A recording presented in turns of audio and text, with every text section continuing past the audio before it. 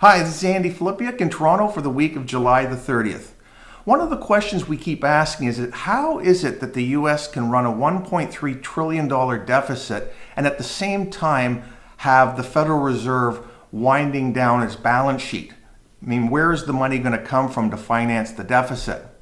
Well, last week I read a great article by Victor Sparandio, a former market trader with a great reputation who shows exactly what is going on.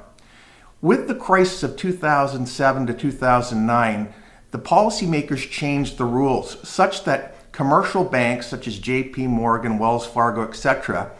can buy government bonds, not have to post any capital, they can collect the interest, and they don't have to market the bonds, meaning they can put them into a hold to maturity account so that in essence the banks get all of the upside of buying the bonds, collecting the interest goes to their earnings with none of the risk. So in effect, policymakers have created a two-tier system for the US bond market.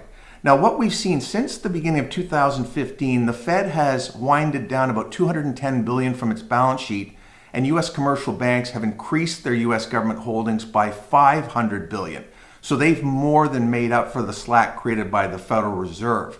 Now this is just another interesting example of how governments and policymakers can continue the game when you think there's no way out. What they've done essentially with the commercial banks is found another closet or cupboard to put bonds into to help maintain stability in the markets. Now one has to ask, we know that the Japanese bond market is being intervened on. We know that the European Central Bank continues to influence the European bond market, but now we know for sure that the US is involved as well. So the major bond markets of the Western world that help set the price and cost of money are effectively being massaged or managed by the central planners. So again, it shows that we're not out of the financial crisis that began 10 years ago, and more drastic measures are being needed to keep this game going. Thanks for watching.